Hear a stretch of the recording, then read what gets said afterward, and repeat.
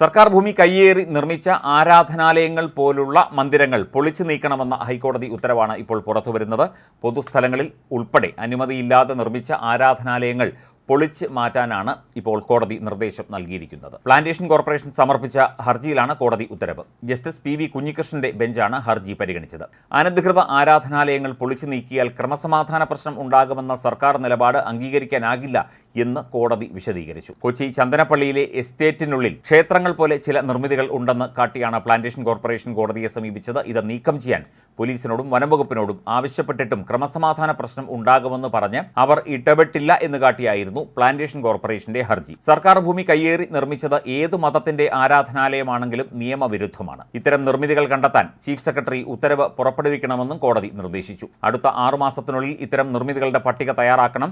1 വർഷത്തിനുള്ളിൽ ഇവ പൊളിച്ചു നീക്കുന്നത് ഉൾപ്പെടെയുള്ള നടപടികൾ സ്വീകരിക്കണമെന്നും ഹൈക്കോടതി ഉത്തരവിട്ടു.